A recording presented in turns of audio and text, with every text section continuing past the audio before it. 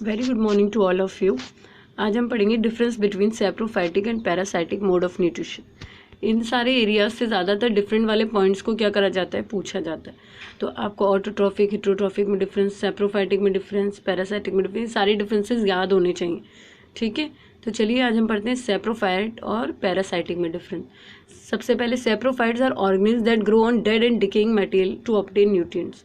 ये तो हमें पता चल गया था कल ही कि जो सैप्रोफाइट्स होते हैं वो क्या करते हैं, डेड और डिके ऑर्गेनिक जो मटेरियल सड़ और गल रहा होता है उसके ऊपर वो बेसिकली उससे अपने मटेरियल को, अपने न्यूट्रिएंट को एब्जॉर्व करते हैं। ठीक है, उसके ऊपर ग्रो करते हैं।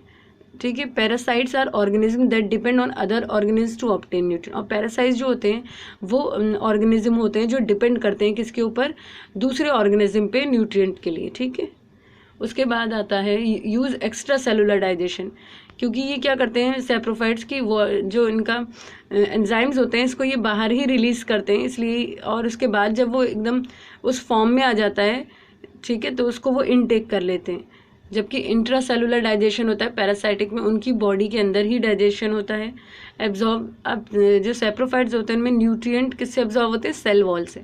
ठीक है, जो एब्जॉर्व किससे करते हैं, न्यूट्रिएंट सेल वॉल से, यानी सेल की वॉल से ही क्या करते हैं, एब्जॉर्व कर लेते हैं न्यूट्रिएंट को। और इनके अंदर जो हॉस्टोरिया पाया जाता है उसके थ्रू ये एब्जॉर्व करते हैं पैरासाइट्स। फिर depend on dead and decaying matter, जैसे कहा कि ये किसके ऊपर ग्रो करते हैं, बेसिकली डेड एंड डिकेइंग, सड़े गले मैटर्स के ऊपर। ये क्या करते हैं, ये हार्म करते हैं अपने होस्ट को। जिस भी होस्ट के ऊपर ये चिपकेंगे, जिस भी होस्ट के अंदर होंगे ये, तो ये उसको नुकसान पहुँचाते हैं, उससे एनर्जी को क्या करते हैं, लेते हैं और उसको नुकसान पहुँचाते हैं। इस सैप्रोफाइट्स के एग्जाम्पल है मशरूम एंड बैक्टीरिया, और इसके एग्जाम्पल हैं प्लाज्मोडियम, टिक्स, लाइस, फ्लीज, माइट्स, प्लेटीहेलमिन्थीज, राउंड वॉर्म। ठीक है, राउंड वॉर्म हमारे स्टोमक में पाया जाता है, तो बेसिकली हमारी इंटेस्टाइन के अंदर पाया जाता है, बेसिकली स्टोमक में नहीं। ठीक है, आगे देखिए, आज हम पढ़ेंगे न्यूट्रिशन इन अमीबा। अमीबा क्या होता है, अमीबा एक यूनिसेलुलर एनिमल होता है, एक ही सेल का एनिमल होता है। ठीक है, जो कि क्या करता है, फॉलो करता है किसको, होलोजोइक मोड ऑफ न्यूट्रिशन को। होलोजोइक मोड ऑफ न्यूट्रिशन हर वो एनिमल फॉलो करेगा जो कोई ऐसा खाना खाता है जो कि सिंपल, मतलब जो खाना खाता है उसके बाद जो भी फूड इनटेक करता है उसका क्या होगा, उसको डाइजेस्ट कराया जाएगा सेवरल स्टेप्स में। तो वो सारे आपके कौन हो गए, वो हो गए आपके होलोजोइक मोड ऑफ न्यूट्रिशन। उसके बाद in holozoic nutrition the digestion of food follows after the ingestion of food. इसका मतलब क्या हुआ, इन्होंने कहा कि जो होलोजोइक न्यूट्रिशन होता है, होलोजोइक न्यूट्रिशन होता है उसमें जो डाइजेशन होता है फूड का, वो फॉलो करता है after the ingestion of food. सबसे पहला प्रोसेस होता है इंजेशन। हम क्या करते हैं, खाने को लेते हैं और खाने को अपने मुंह तक पहुंचाते हैं। बेसिकली ये जितने भी एनिमल्स हैं क्या करते हैं, खाने को अपने मुंह तक पहुंचाते हैं, तो ये प्रोसेस कहलाता है इंजेशन, यानी इंजेक्ट करना। उसके बाद आता है डाइजेशन। उसके बाद सेकंड स्टेप क्या है आपका, digestion. Digestion takes place inside the body of organism, और डाइजेशन कहाँ होता है, बॉडी में होता है। अब देखिए इस अमीबा की इमेज को देखिए आप, ये आपको नजर आएगा। सबसे पहले इसको फूड दिखा, ठीक है, उसके बाद इसने क्या करा, फूड दिखने के बाद इसने क्या करना स्टार्ट किया, इसने उसकी तरफ मूव करना स्टार्ट किया और एक कुछ फिंगर लाइक प्रोजेक्शन बनाए। क्या बनाए, ये फिंगर लाइक इसने क्या करे, प्रोजेक्शन बनाए, जिसे फॉल्स फीड भी कहते हैं, याद रखिएगा। सीडोपोडिया को हम फॉल्स फीड कहते हैं, और मोस्ट इंपॉर्टेंट पूछे जाने वाले क्वेश्चनों में से होता है। सबसे ज़्यादा अगर अमीबा से रिलेटेड कोई क्वेश्चन है ना, तो सबसे पहले यही पूछेगा वो, सीडोपोडिया क्या चीज़ है। ये क्या करता है, सीडोपोडिया की तरह से के मदद से दो काम करता है। एक तो फूड को कैप्चर करता है, ठीक है, फिंगर की तरह प्रोजेक्शन बनाकर, और दूसरा मूवमेंट में हेल्प करता है, ये लोकोमोशन में हेल्प करता है। उसके बाद फूड अंदर चला गया, अब इसकी मेम्ब्रेन, बस उसकी जो सेल मेम्ब्रेन है वो बंद हो गई। अब यहाँ पे वो डाइजेशन स्टार्ट हो गया। तो सबसे पहले इंजेशन, फिर डाइजेशन, उसके बाद थर्ड स्टेप क्या है, थर्ड है डाइजेशन, उसके बाद एब्जॉर्प्शन। अब ये एब्जॉर्ब हो रहा है, उसके बाद इसकी जो भी एनर्जी होगी वो एसिमुलेशन होगा, यानी क्या करा जाएगा, उसको ब्लड के अंदर, बेसिकली इसमें तो नहीं, बेसिकली क्या होगा, इसको डिस्ट्रीब्यूट किया है, क्योंकि ये तो यूनिसेलुलर है। तो इसके एसिमुलेशन तो यही है कि जो भी क्या करेगा, ये अपनी एनर्जी को यूटिलाइज करेगा। ठीक है, उसके बाद अब इसके बाद क्या करेगा, ये इजेशन करेगा, जो भी वेस्ट मटेरियल, मतलब जो भी वेस्ट था वो बॉडी से क्या करेगा, वो रिमूव कर देगा।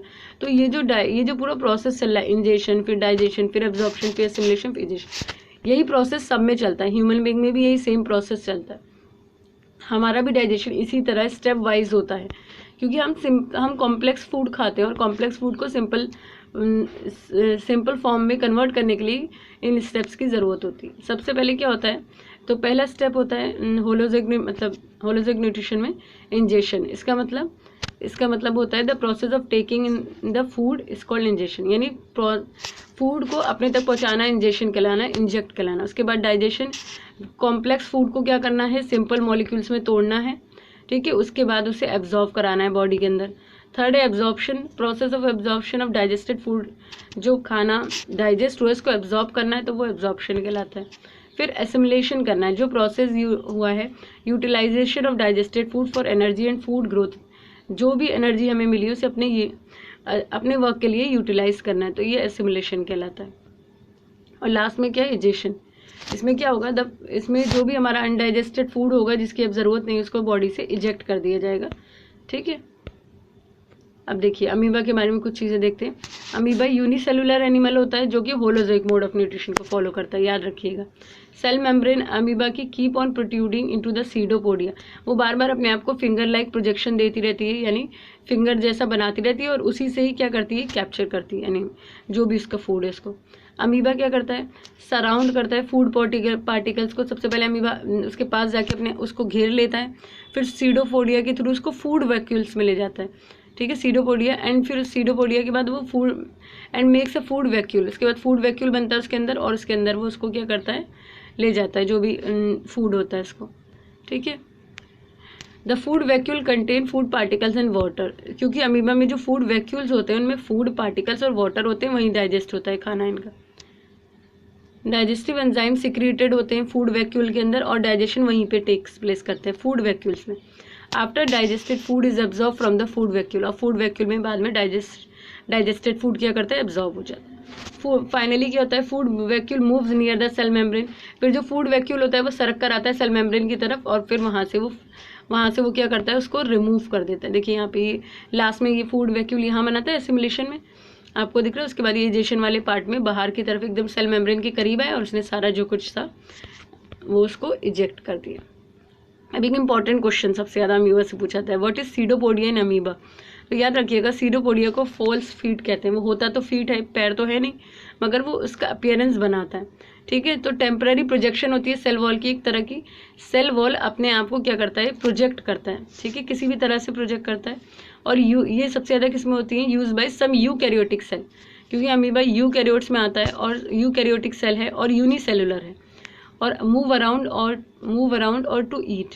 उसके बाद क्या करता है, वो आसपास घूमता है और जो भी इसको मिलता है उसको खा लेता है। अमीबा कॉमन एग्जाम्पल है इसका। तो सीडोपोडिया का फंक्शन जो है वो लोकोमोशन और फाइगोसाइटोसिस में होता है। लोकोमोशन मूवमेंट में हेल्प करता है।